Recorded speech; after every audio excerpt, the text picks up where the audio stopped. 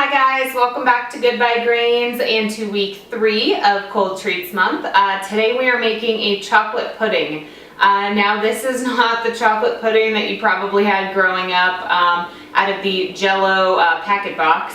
This chocolate pudding actually has avocado in it. Now you cannot taste the avocado, I promise, but it gives it a wonderfully creamy, thick consistency, and really adds also some healthy fat into a nice little treat. So for the ingredients we have, this is dark chocolate. This is 4 ounces of dark chocolate that we're going to melt. Now this dark chocolate is 85%. You can certainly use, dark chocolate that's a little bit lower in percentage. I wouldn't recommend anything lower than like 72 to 75 though, because then you're getting a ton of sugar. As it is, this obviously has some sugar in it since it's only 85%, but we're not adding anything else, no honey, no syrup, maple syrup, no, any other sweetener. So the only sweetness you're going to get is from that. We have a ripe avocado. Now we're going to use the flesh out of this entire thing.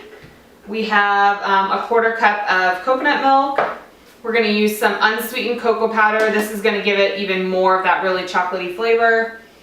Just a touch of vanilla, and then fleur de sel, a pinch of fleur de sel. You can certainly leave the fleur de sel out. If there's any other types of, if you really like cinnamon or something like that, you can certainly try adding those types of ingredients into this pudding. But this is really simple. It comes together, very quickly. You can also make some homemade like coconut whipped cream and serve that on top of this. But this is a really great dessert to serve to your kids or something as a special weekend treat. So let's get started. Okay, so we have our avocado. Now the first thing we're going to do is cut this open and scoop all the flesh into our food processor. Let's cut open our avocado. Now you definitely want to use a ripe avocado for this. You don't want to use one that is hard and is still like bright green on the outside, because you want this to be really, really creamy. And normally avocados that are not ripe, their flesh tends to be a little bit harder. So you definitely want to save a ripe one for this. So we're just going to scoop the flesh right into the food processor.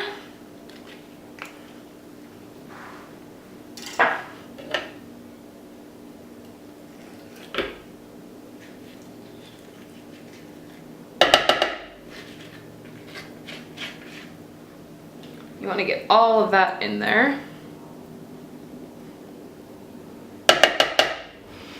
And then we can add our pinch of salt if you're going to be using it, and a little bit of our vanilla.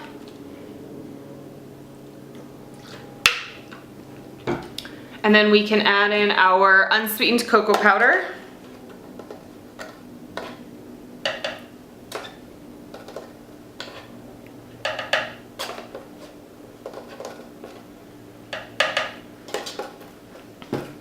And our coconut milk.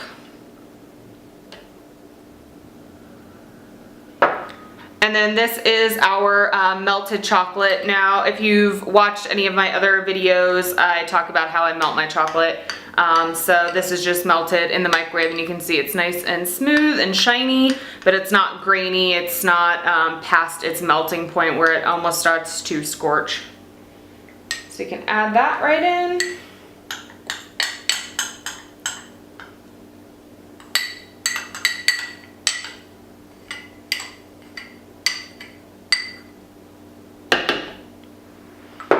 And then we'll put the lid on, and then I usually just pulse it for a couple times first, and then I will let it run.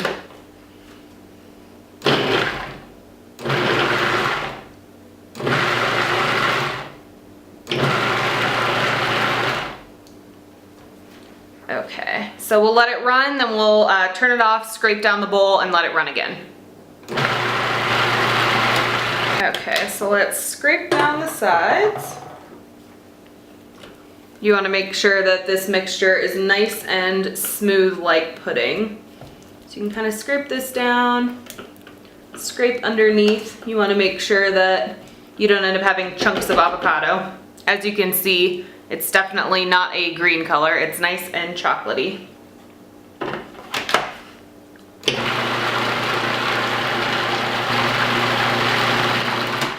Okay, so after allowing it to go another 30 or 45 seconds, you can see that it's a really nice pudding consistency. It's nice and thick. If you turn the spatula over, it pretty much stays right on the spatula, and it's really creamy. So what we're going to do is scoop this out into a bowl. I just have a bowl here. You can also scoop it into ramekins, but we're gonna pop this into the bowl and just put it in the fridge for about 30 minutes to chill it down, and then it's ready to eat.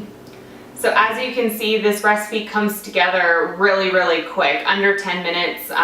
Definitely, if you're gonna store this in the fridge, you know, more than just to quickly chill it down, make sure you put some plastic wrap right over the top to make sure that like a film doesn't form from sitting in the fridge. But this certainly can keep at least a few days, up to a week. So I will see you guys next week for the final week of Cold Treats Month. It's a good one. It's we're actually celebrating my husband's birthday, so it's a nice little recipe to celebrate his birthday instead of the classic cake or cupcakes. So I will see you guys next week, and have a great weekend. Bye.